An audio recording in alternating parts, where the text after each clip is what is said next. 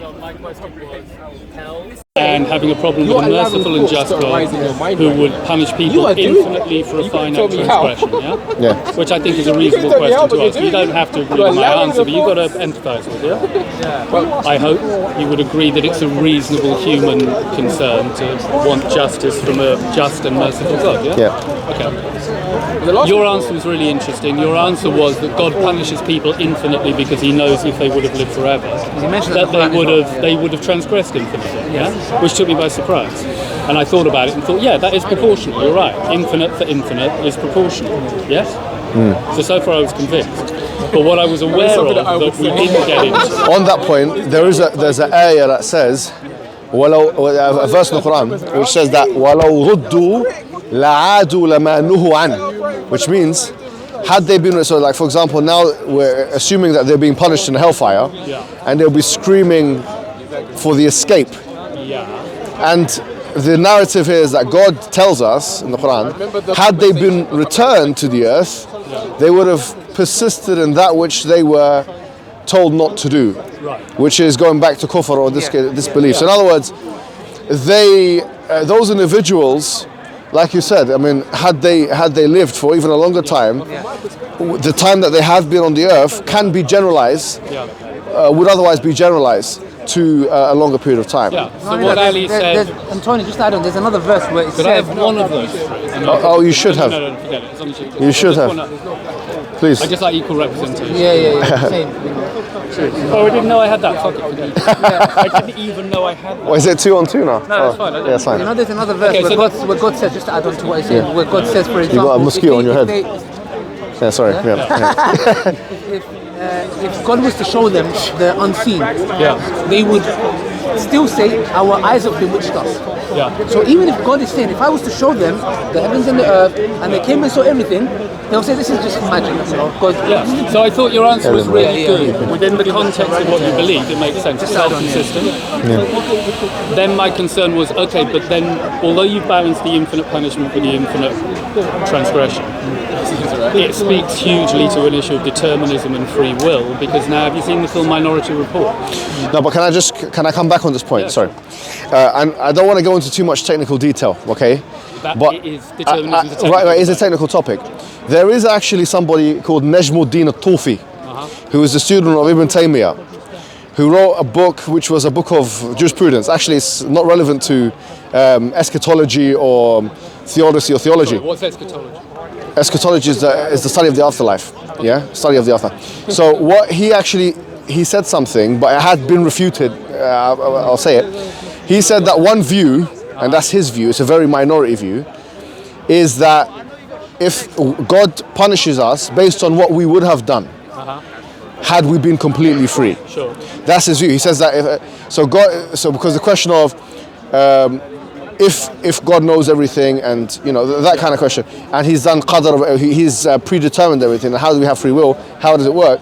His view is he predicates it on what we would have done had there been an event whereby everybody would have been completely free without the determination of God. However, there is a problem with that line of reasoning. The problem is, from our perspective, from at least my perspective, a theological problem, which is that we believe that you are not to be held to account for something you would have done and you don't actually do. You are only held to account for that which you do.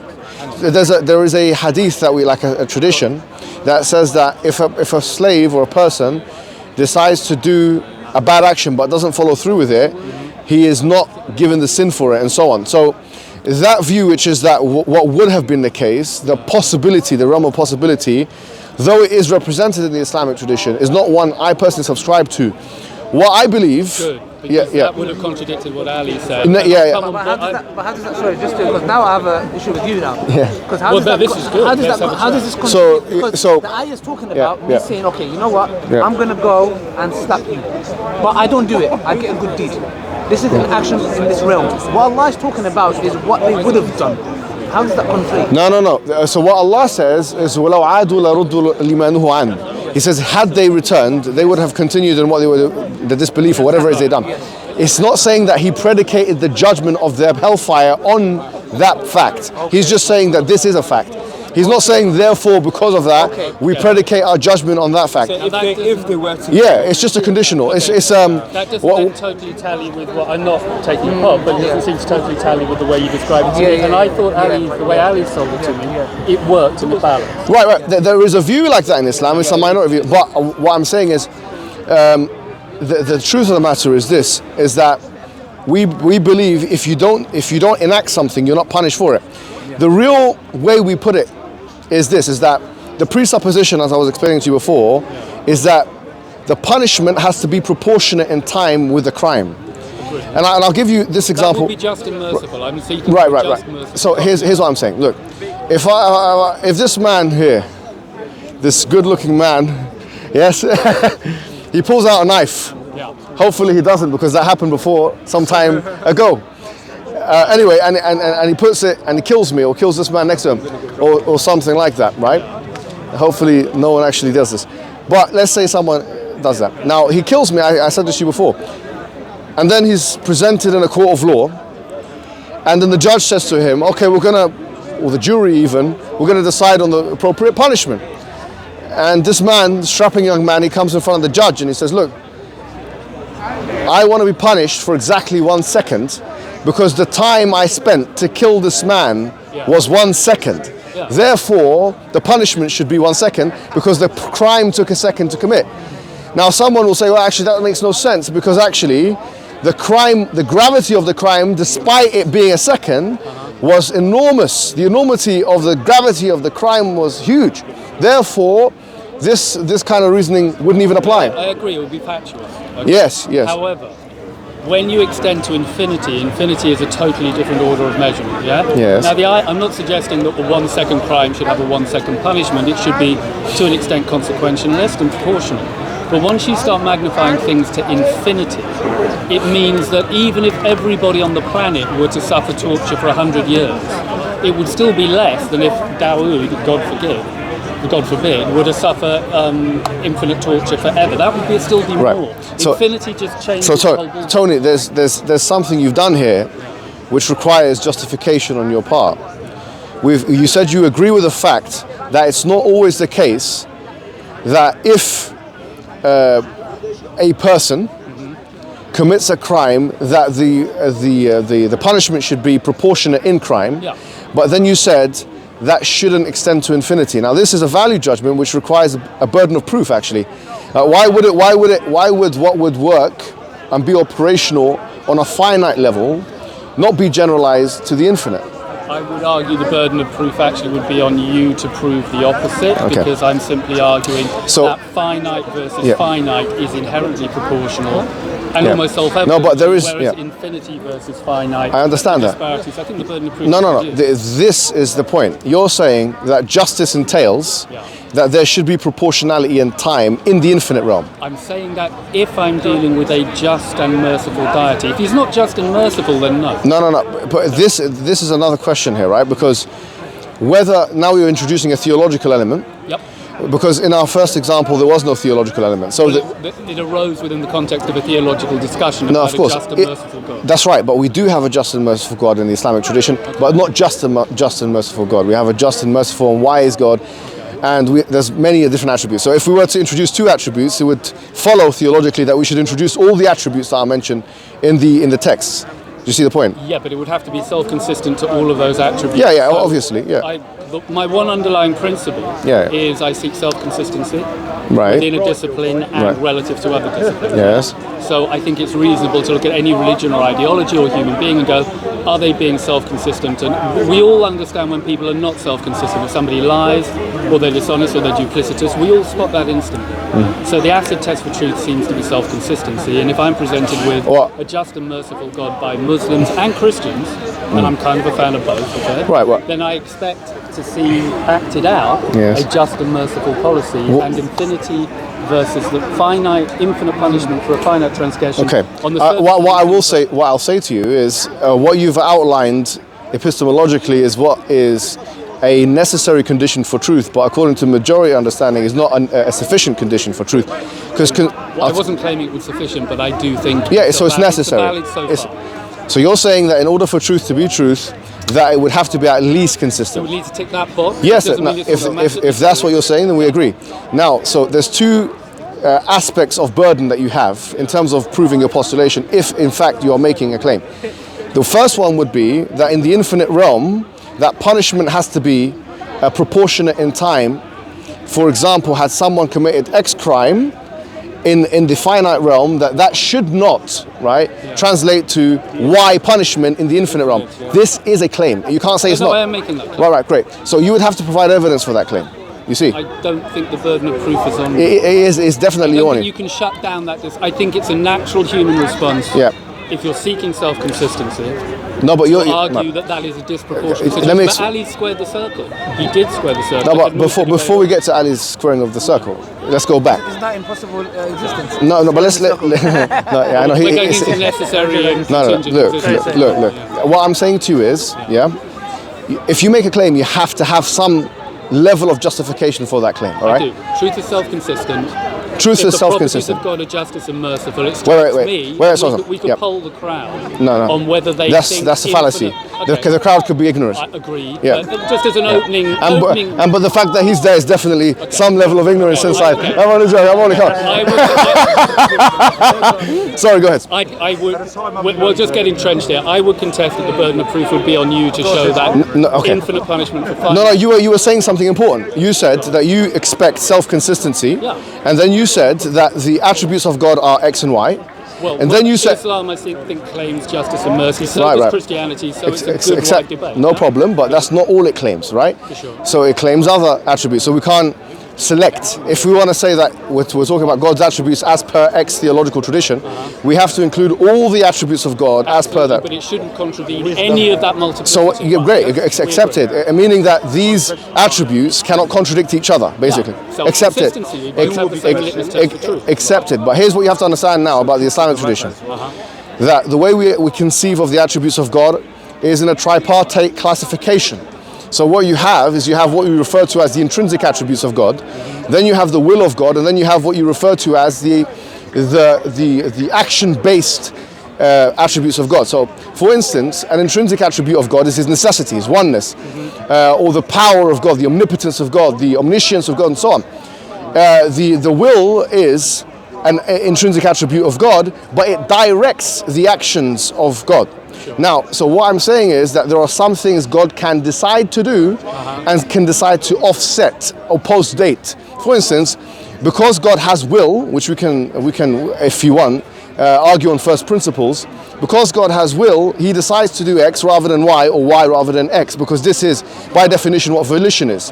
Which means he can suspend the actions of X attribute in favor of the actions of Y, and he can perform the actions of Y attribute rather than the actions of X, and he does so based on perfect knowledge, which is the intrinsic attribute of God.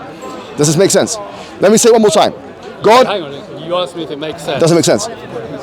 It could, but it could also be interpreted as a circular argument which gives him carte blanche to do whatever he wants, because it means that phenomenologically he doesn't have to be self-consistent with the way he's presented himself thus far. Oops. So although it might be a valid interpretation of reality, you'd have to demonstrate.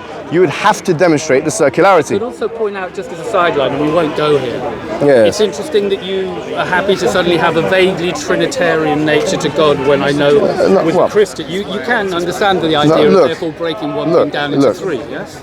Well, of course. Good. It would be nice to, in the end of debates with the Christians, if occasionally they didn't keep hammering the Trinity. Tony, listen to me. Yeah. Tony, there's a world of difference between talking about three persons and three types of attributes. So you're clever enough to understand that. Yeah. Let me give you. I just don't believe this. I don't believe that you guys can't buy the idea of, just for a second, that hydrogen 2 plus oxygen, as a molecule, we'll all agree it's one thing, but it can manifest as a gas, it can manifest as ice, and it can manifest as a vapor. Now, I'm not accepting. I expect you to. Are you a Christian? No, of sorts. Okay, well, let me. What you've. You were a Christian wouldn't think so. I like religion. I think religion's got good shit to say. Listen to me. Yes. Listen to me. Yes, Muhammad. Yes. What you've described is a modal understanding of God. Correct. Now, in modern day Christian understanding, when we talk about Protestantism, Catholicism, this is seen as heretical because you have.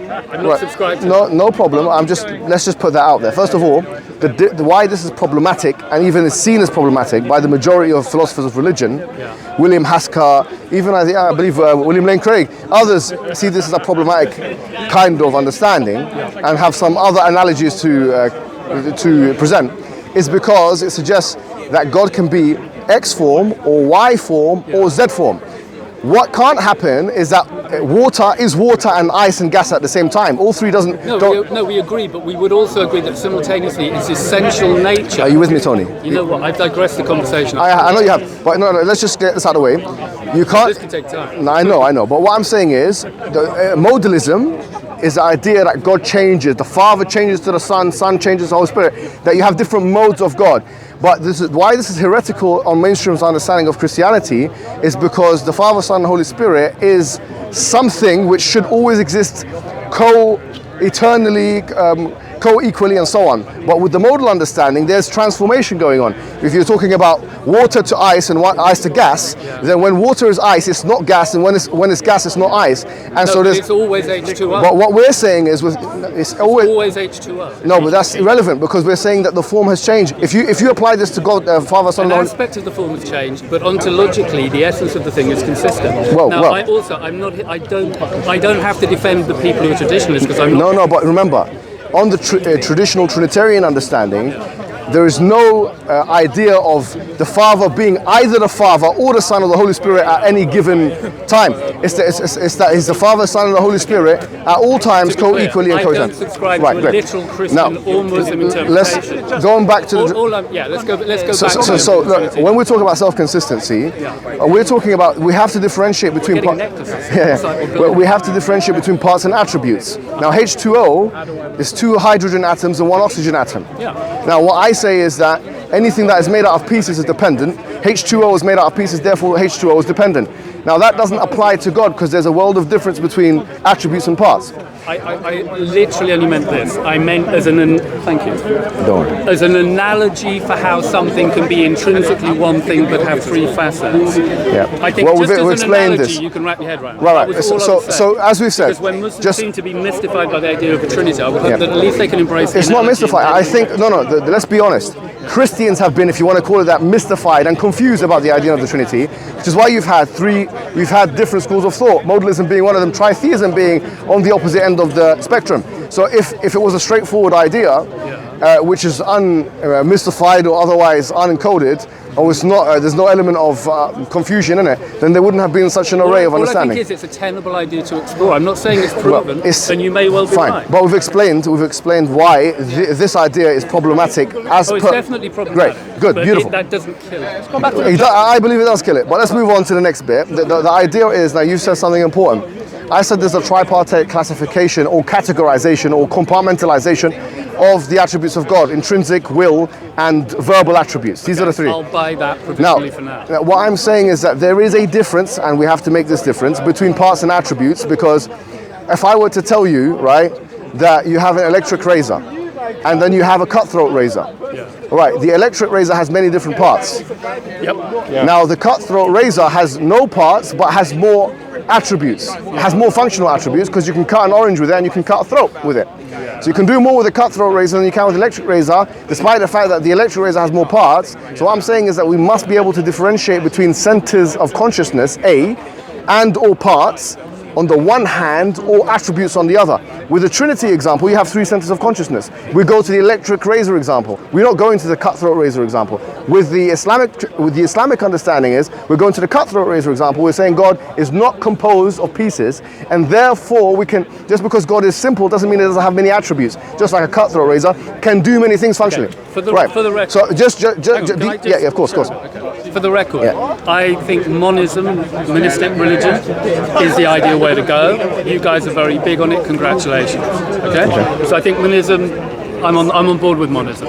I suspect that the Christians think that they can incorporate the concept of a Trinity, maybe in a metaphorical sense, within a monistic framework, and that may be tenable. And that your hostility to it as a metaphor is maybe undue. But I think both religions, all the Abrahamic religions, are essentially monistic, and that's a good thing, yeah? It's just a shame when so much time gets spent here constantly banging on about two particular things. We can talk about Christians come at you guys about certain. I understand. Your answer for the justice, because I'd like to get. Let's get. All right, going back. No, but these are important preambles. Monism is something else. We can talk about this and to what extent it can be interpreted within the Islamic framework, but that's a different discussion. Yeah. Let's talk about what you talked about today. Yeah. Now the question is, how can we establish, because to say something is just or unjust requires a theory of justice. Yeah. Mine is that it's equivalent.